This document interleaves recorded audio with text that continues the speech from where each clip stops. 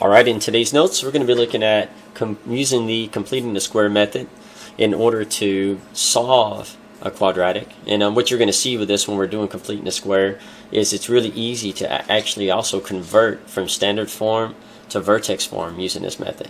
But then we can use it to solve as well. So today's main goal is that we know how to solve it using it, but I will show you how you can also use it to convert to a vertex form if you didn't like the previous way that I showed you. So let's take a look. The first thing I have is, what is completing the square? So our formal definition is completing the square is a method used to solve a quadratic equation by changing the form of the equation so that the left side is a perfect square trinomial. Now, with that being said, let's go ahead and take a look here at this first step. So notice step 1 says use the formula b over 2 squared to complete the square. Okay, well, we have our quadratic down here. Let's go ahead and rewrite this. So if we were to rewrite this, we have x squared plus 6x plus 7. Now I like to always set these equal to 0 because we're going to be moving some things around, and that's my preferred way. I think if you do this, it'll be helpful to you. So go ahead and set it equal to 0, and we're going to use this formula. So notice that when we're looking at this, I'm going to go ahead and write myself a little note here. My a is 1, my b is positive 6, and my c is positive 7. So if I want to use this formula, b over 2 squared, so that's going to be my b. So I'm going to have 6 over 2, and then I'm going to square it. And if I do 6 over 2 squared, that's going to be the same thing as 3 squared, which is just going to give me 9. So notice I went ahead and found that b value over 2 squared, and it gives me 9. And we're going to do something with this. So let's look at step 2. So I'm going to rewrite what I have up here. So for step 2, I got x squared plus 6x plus 7 equals 0. Now here's where I told you we're going to move something. Some people don't, but I think it'd create some confusion if you try to do this in your head. So before we actually start step 2, let's go ahead and subtract this 7 from both sides. And when we do that, we end up with x squared plus 6x. Alright, and this is just 0. Those canceled out. Notice I'm going to leave a space though. I'm going to show you. We're going to put something in there in just a minute. So leave that space. And then we have 0 minus 7. I'm just going to bring that down. That's negative 7. Alright, so I told you we're going to put something here. Imagine this is gone. We didn't write it. We have a 0 right here. Now, notice it said add the value of b over 2 squared to both sides. Well, remember my value was 9. So I'm going to add 9 here. And then I'm going to add 9 here. Okay? So we have x squared plus 6x plus 9 equals negative 7 plus 9. This is balancing out our equation. Whatever we add to one side, we add to the other. Now, the next thing says factor the new trinomial into a perfect square. Alright, so let's factor this into a perfect square. Now, if you weren't sure what factors, how to factor this, you could do your factor tree. We could say the factors of 9 are 1 and 9, and 3 and 3. And I hope that you realize that 3 and 3 is what you would use, because 3 times 3 gives me 9, and 3 plus 3 gives me 6. So in other words, this whole thing right here now turns into what we call a perfect square trinomial of x plus 3 times x plus 3. And that's all going to be equal to, I'm going to go ahead and do the math here, negative 7 plus 9 gives me a positive 2. Now I'm going to take this a step further. We're going to turn it into that perfect square trinomial. We're just going to say, well, we're going to rewrite this right here as x plus 3 squared is equal to 2. Now that we have this written, we can go ahead and follow this next step to solve it to get our answers, or what we would call our solutions, our roots, our x-intercepts, our zeros. But I do want to show you, I'm just going to make a side note here. Put note vertex form. If you wanted to go ahead and put this in vertex form, you could say that it's f of x is equal to x plus 3 squared minus 2. That would give you your vertex form of this quadratic. The reason it would be the vertex form of this quadratic would be because if I took this 2 and I subtracted the 2 from both sides, it would move it over to the left side. So notice that 2 got moved over. When it got moved over, it became negative 2. And that is our vertex form of this standard form equation. So if you think this is easier than the method I showed you before, you can always use complete in the square to convert your quadratic to vertex form. But we're going to continue this process. Our main goal today is to use this to solve. So let's continue to solve. Notice in step 4, it says take the square root of the left and right side of the equation to solve. So let's go ahead and do that. I'm going to bring this back down and we're going to rewrite it. We have x plus 3 squared is equal to 2. And if I take the square root from both sides, what I end up with is that removes this square symbol, right? So this is just x plus 3 is equal to plus or minus the square root of 2. Now here we go, just like with the quadratic formula that we're going to be using as well, which is an easier way to do this. Anytime we take a square root of something, it's a positive and negative value. So we're going to keep that in place. What we want to do now is solve for x. And if I solve for x, I'm going to do that by subtracting 3 from both sides. This becomes 0, and all I'm left with is x is equal to, and then I have negative 3. Notice these are not like terms, we can't combine them. So it's just negative 3 plus or minus the square root of 2. So our solutions for this, if we were to write it out nice and neat, I'm going to make it look clean over here on the side. The solutions are what we call the zeros, x-intercepts, or roots, are going to be x equals negative 3 plus the square root of 2, and x equals negative 3 minus the square root of 2. The reason I'm giving both of these is because when we find our solution, we can't do plus and minus at the same time. So we have to break it up into two answers. We have a positive plus square root of 2, and then we have a minus square root of 2. Now let me show you why this is true. If we convert these to a decimal, I'm going to write it over here, equals x equals, I'm going to put a little plus by this because that's going to be my one where we added it. This is going to be my one where we subtracted the square root of 2. And I'm going to convert both of these answers to a decimal form. And you're going to see why in a minute, because I'm going to prove to you that they are the zeros and they are the roots, and this really works. So notice right here in my calculator, I did negative 3 plus the square root of 2, negative 3 plus the square root of 2, and it gave me negative 1.58579.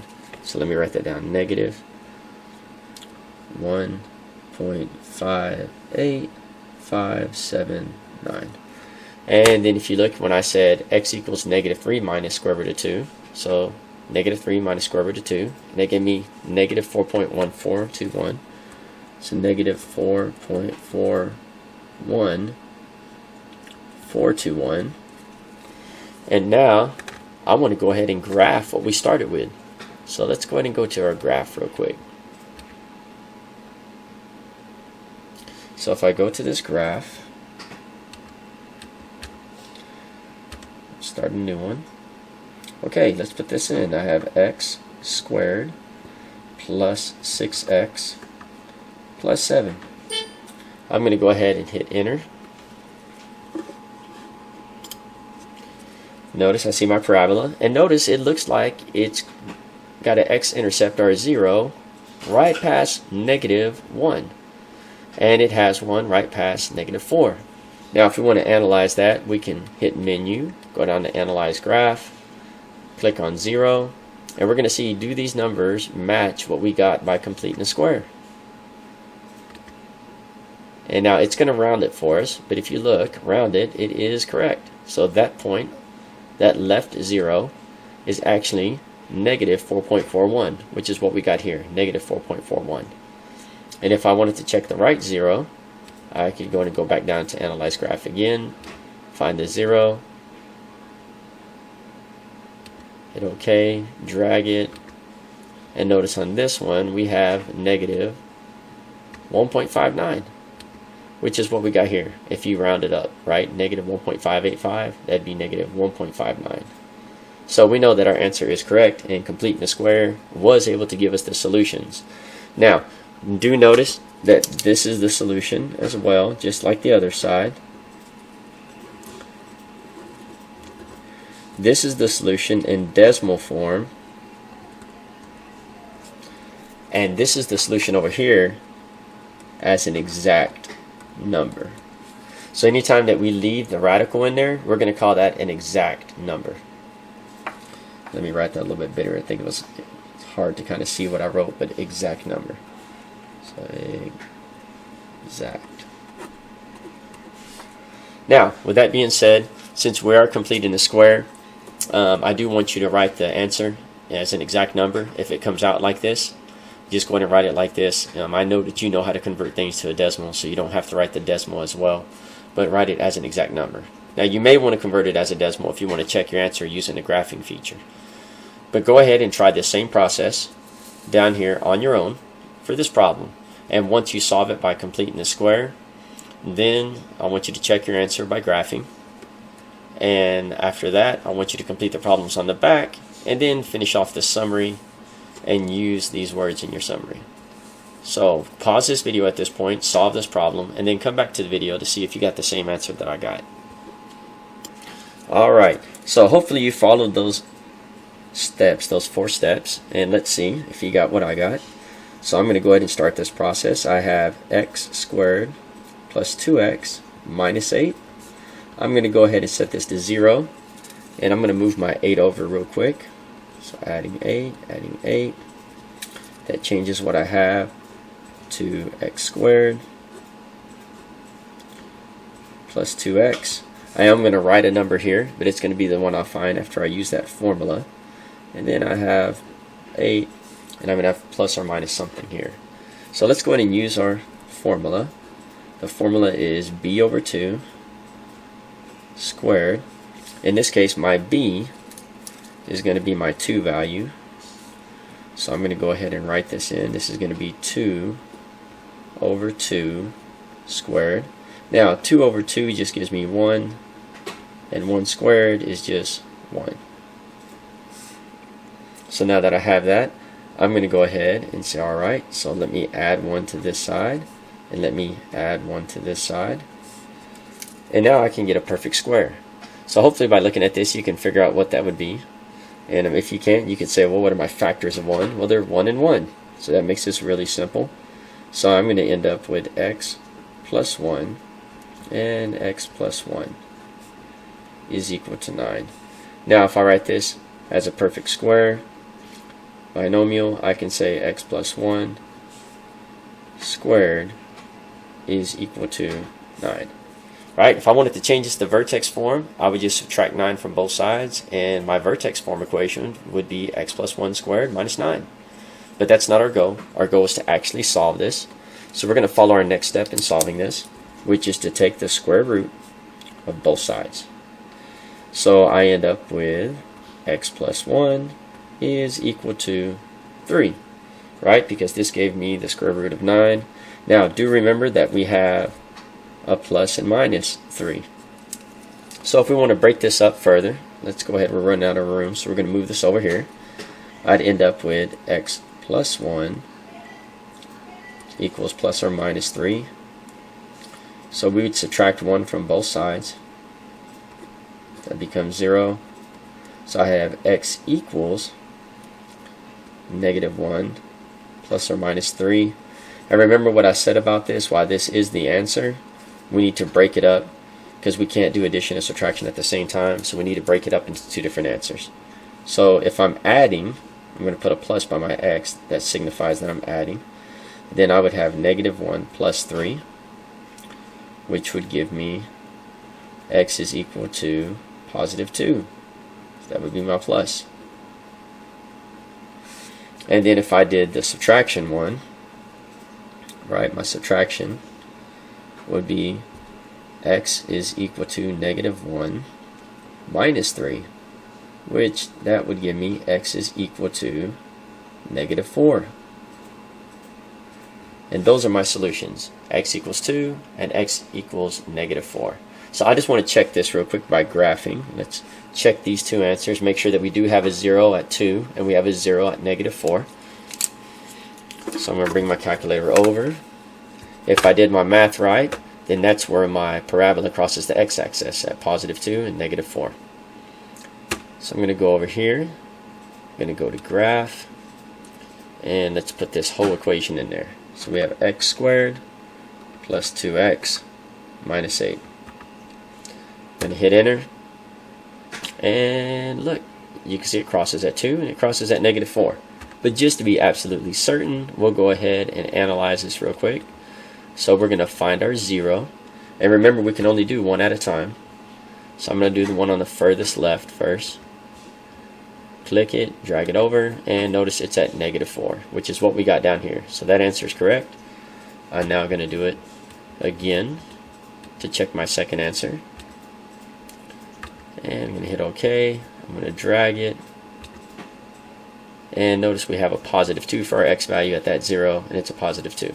So my answer is correct. I checked it with graphing, and everything worked out fine.